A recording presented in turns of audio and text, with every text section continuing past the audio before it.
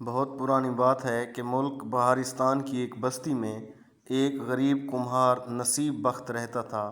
وہ سارا دن محنت سے مٹی کے برتن بناتا اور شام کو اپنے گدھے پر ان برتنوں کو لاد کر شہر میں بھیجتا۔ اسی بستی کے قریبی جنگل میں ایک خونخوار شیر رہتا تھا جس نے بستی والوں کا جینا دو بھر کر رکھا تھا۔ بہت سے جانور اس درندے کی بھینٹ چڑھ چکے تھے۔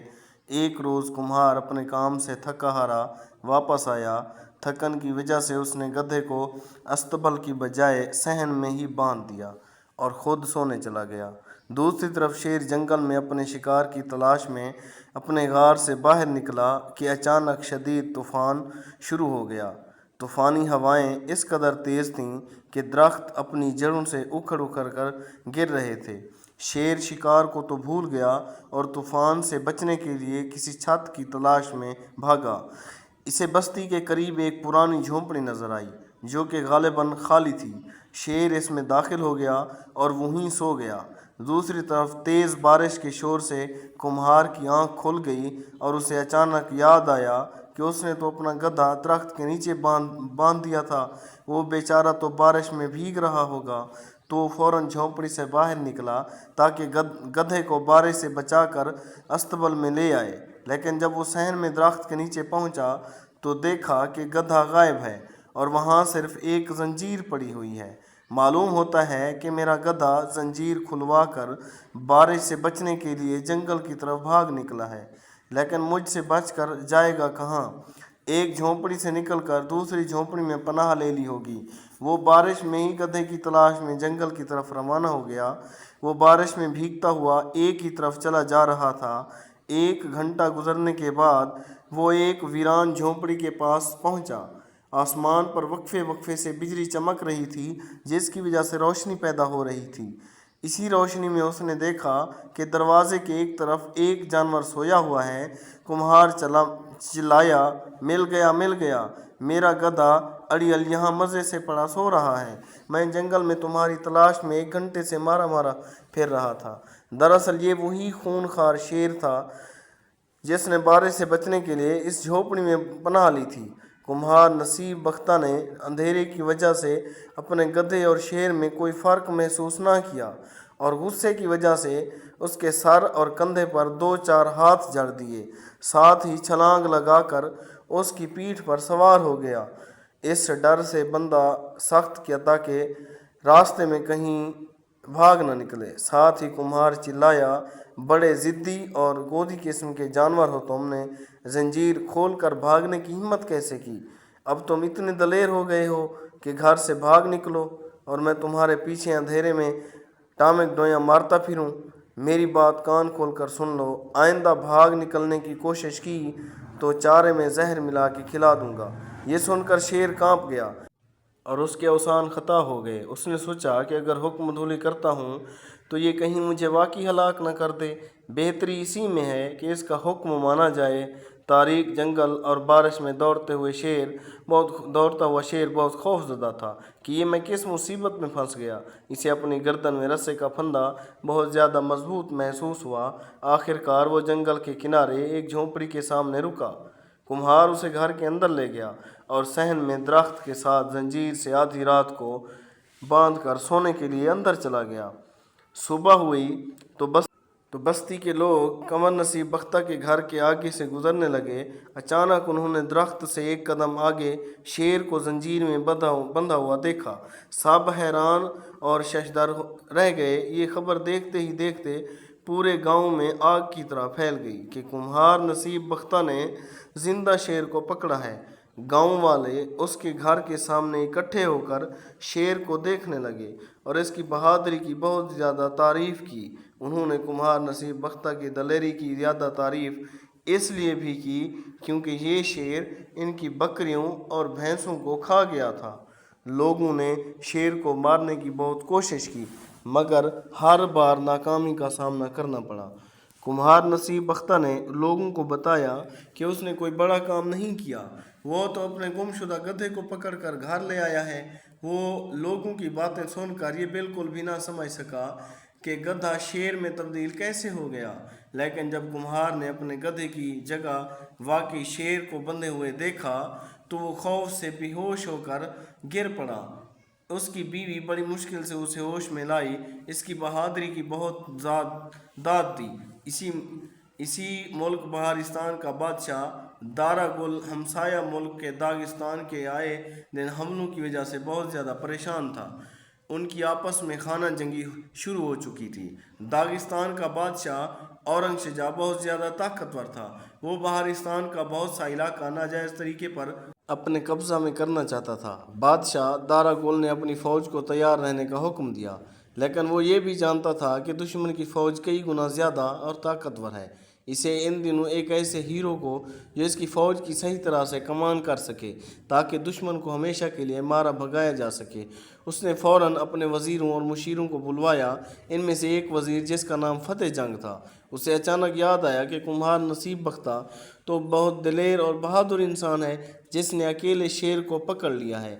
اس نے بادشاہ دارا گل کے حضور بختہ ہی کیسا آدمی ہے جو ہماری فوج کی صحیح طرح سے کمان کر سکتا ہے اور ہم اپنے دشمن کو شکست دینے میں کامیاب ہو جائیں گے۔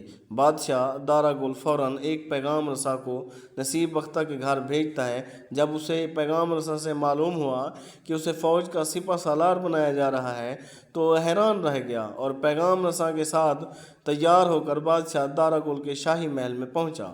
بادشاہ نے اس کی خوب آؤ بھگت کی۔ بادشاہ نے اسے اگلے روز دوبارہ آنے کا حکم دیا۔ نصیب بختہ کی سیٹی کم ہو گئی۔ یہ میرے ساتھ کیا ہو رہا ہے؟ کہاں میں کمہار نصیب بختہ اور کہاں فوج کا سپہ سالار؟ گدھے نے تو شیر میں تبدیل ہو کر مجھے واقعی مصیبت میں ڈال دیا ہے۔ آخر کار غریب اور جگمار نصیب بختہ کو فوج کا سپہ سالار بنا دیا گیا۔ اس نے تو کبھی خواب میں بھی تلوار نہیں اٹھائی تھی اور نہ ہی کبھی گھوڑے میں سواری کی تھی، اور وہ گھر آیا تو شیر پر برس پڑا۔ تم گدھے سے شیر کیسے بن گئے؟ یہ ساری مصیبت تمہاری وجہ سے آئی ہے۔ نہ تم گدھے سے شیر بنتے اور نہ میں کمہار سپہ سالار بنتا۔ اس کی بیوی اپنے خامند کی بات سن کر کہنے لگی، کیوں بیچارے شیر کو کوستے ہو؟ اس کا قصور نہیں۔ نصیب بختہ، تمہارے تو بخت جاگ گئے ہیں۔ خدا کا شکر ادا کرو جس نے تمہیں سپہ سالار بنا دیا۔ لگتا ہے ہمارے دن پھرنے والے ہیں۔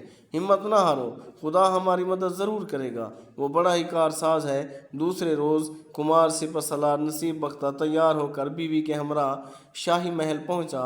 بادشاہ دارا گل نے اس سے مل کر بہت خوش ہوا، اس کی اچھی طرح سے خاطر مدارت کی۔ بادشاہ نے اس فوج کی کمان سنبھالنے کا حکم دیا اور کہا، ہمسایہ ملک کا بادشاہ اورنگزیب جن تیاروں میں مصروف ہے، وہ آئے روز ہمارے علاقے پر ناکام حملے کرتا رہتا ہے اور منہ کی کھاتا ہے۔ ہماری فوج بھی جنگ کے لیے تیار ہے، تم اس کی صحیح طور پر کمان کر سکتے ہو۔ کل صبح دشمن سپاہی ہماری طرف بڑھیں گے، تم فوج کے ساتھ مل کر دشمنوں کو چٹی کا دودھ یاد دلا دو تاکہ وہ ادھر کا رخ دوبارہ نہ کر سکیں۔ کمار سپہ سالار نصیب بختہ اور اس کی بیوی کے رہنے کے لیے بادشاہ دارا گل نے ایک شاندار مکان تیار کروایا۔ اس میں ایک استبل بھی تھا جس میں ایک طاقتور سیاہ گھوڑا اسے میدان جنگ میں لے جانے کے لیے تیار کھڑا تھا۔ کمار سپہ سالار کو ساری رات نیند نہ آئی، وہ بہت پریشان تھا کیونکہ گھوڑ سواری سے نہ آتی تھی۔ کمار سپہ سالار نے سوچا کہ اگر میں گھوڑے سے نیچے گر گیا تو ہر کوئی مجھ پر ہنسنے لگے گا اور کہے گا کہ فوج کا سپہ سالار گھوڑے سے نیچے گر پڑا۔ میں اللہ صبح اٹھ کر گھوڑے پر سواری کرنے کی کوشش کروں گا۔ صبح ہوئی تو اس نے بیوی کو جگایا۔ وہ دونوں استبل میں گئے جہاں ایک خوبصورت گھوڑا بندھا ہوا تھا۔ سپہ سالار نصیب بختہ نے کہا، یہ گھوڑا تو بہت لمبا ہے، میں اس پر سواری کیسے کروں گا؟ اس کی بیوی نے مشورہ دیا، یہ میز گھوڑے کے قریب کر لو اور اس پر پاؤں رکھ کر اس کی پیٹھ پر سوار ہو جاؤ۔ کمار سپہ سالار میز کی مدد سے گھوڑے پر چڑھنے کی کوشش کرنے لگا۔ کافی دشواری کے بعد وہ گھوڑے پر چڑھنے میں کامیاب ہو گیا۔ اس نے محسوس کیا کہ ذہن میں پھسلا بہت ہے۔ میرے دونوں پاؤں رکابوں کے ساتھ باندھ دو، کہیں ایسا نہ ہو کہ میں راستے میں گر نہ جاؤں۔ اس کی بیوی نے کہیں سے راستہ تلاش کیا اور خاوند کے پاؤں کو رکابوں سے باندھ دیا، پھر رسے کو گھوڑے کے نیچے سے لے جا کر دونوں رکابوں کو ایک دوسرے سے باندھ دیا۔ کمار سپہ سالار نصیب بختہ کی بیوی نے کمال یہ دکھایا کہ اس نے خاوند کی کمر کو رسی سے اچھی طرح لپیٹا اور اسے ذہن کے ساتھ باندھ دیا تاکہ وہ گر نہ جائے۔ کمار نصیب بختہ نے کہا کہ اب میرے ہاتھ میں گھوڑے کی گردن سے باندھ دو۔ میں زور گھوڑا استبل سے باہر نکلنے کے لیے بے تاب تھا۔ اس سے پہلے کہ کمہار کی بیوی اس کی گردن سے رسا باندھتی، گھوڑا اچانک اچھلا اور باہر نکل گیا۔ اب صورتحال یہ تھی کہ کمہار نصیب بختہ گھوڑے کی پیٹھ پر ایک بوری کی مانند بیٹھا ہوا تھا۔ وہ صرف رسوں کی مدد سے نیچے گرنے سے بچا ہوا تھا۔ اس نے گھوڑے کی گردن کو مضبوطی سے پکڑ رکھا تھا۔ وہ خدا سے گڑ گڑا کر دعا مانگ رہا تھا، اے میرے خدا، تو نے مجھے کمہار سے فوج کا سپہ سالار بنا دیا۔ اس ملک کی حفاظت اور میری عزت تیرے ہاتھ میں ہے۔ میں تو ایک گوار انسان ہوں، اپنی مہربانی سے میری مدد فرما اور مجھ کمزور انسان کی جان بھی بچا دے۔ سیاہ گھوڑے بڑی تیزی سے گلیوں میں بھاگ رہا تھا۔ اس نے شہر کی طرف جانے والے دروازوں کو اپنے سموں سے توڑ پھوڑ دیا اور کھلے کھیتوں کی جانب نکل گیا۔ اس نے ندیوں اور باڑوں کو پار کیا۔ اب سپہ سالار کمہار کا گھوڑا میدان جنگ کی طرف آ گیا اور دیکھا خیموں کی طرف بڑھنے لگا۔ اسے پتہ چل گیا تھا کہ گھوڑا کس طرف جا رہا ہے۔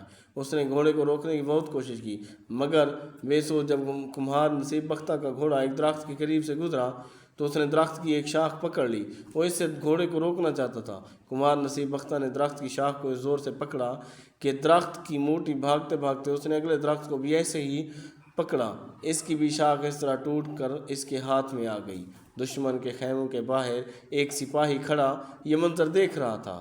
اس نے اپنے دشمن کی جانب سے ایک گھوڑ سوار کو دیکھا جو اپنے ہاتھوں سے درختوں کو توڑتا ہوا بڑی تیزی سے ان کی طرف بڑھ رہا تھا۔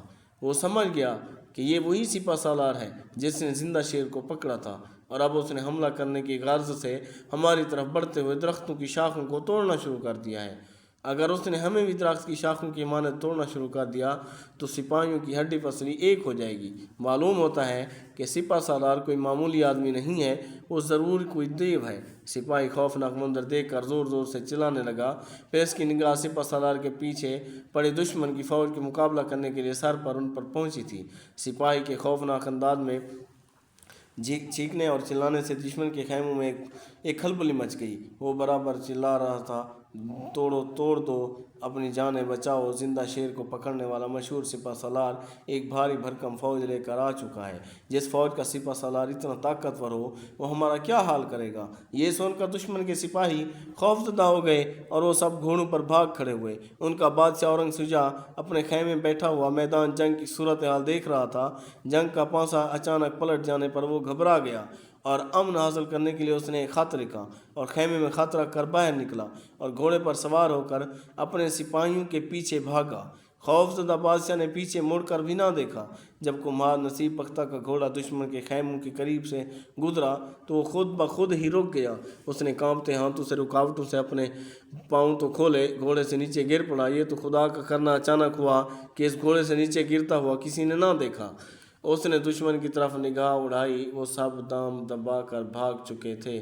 وہ بادشاہ کے خیمے میں داخل ہوا تو اس کی نگاہ ایک خط پر پڑی جو اس نے جیل میں رکھ لیا تھا۔